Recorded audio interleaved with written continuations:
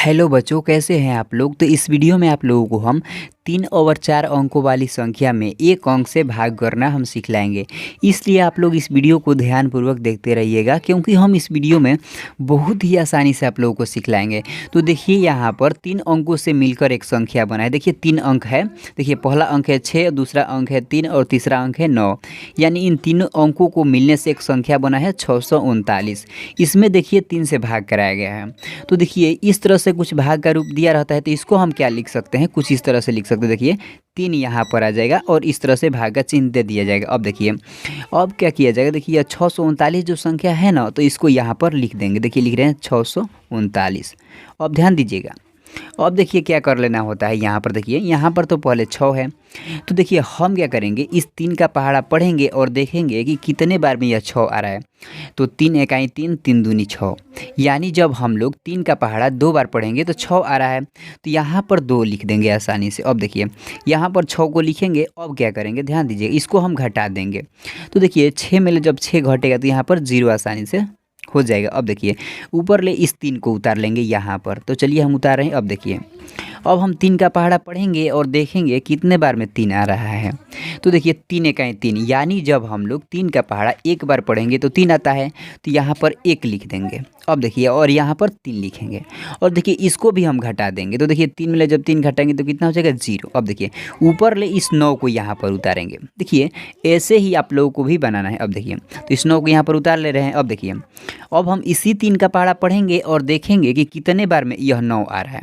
तो 3 एकाई 3, 3 दूनी 6, तितरी के 9। यानी जब हम लोग 3 का पहाड़ा 3 बार पढ़ेंगे तो 9 आता है। तो यहाँ पर आसानी से 3 लिख देंगे और देखिए यहाँ पर क्या लिखेंगे, 9, और इसको भी घटा देंगे। 9 में ले 9 घटेगा तो कितना हो जाएगा, 0। अब देखिए यानी हम लोग देखिए इस भाग को पूरी तरह से बना चुके हैं। शेष यहाँ पर 0 बच गया है और देखिए यहाँ पर भागफल 213 आ गया है।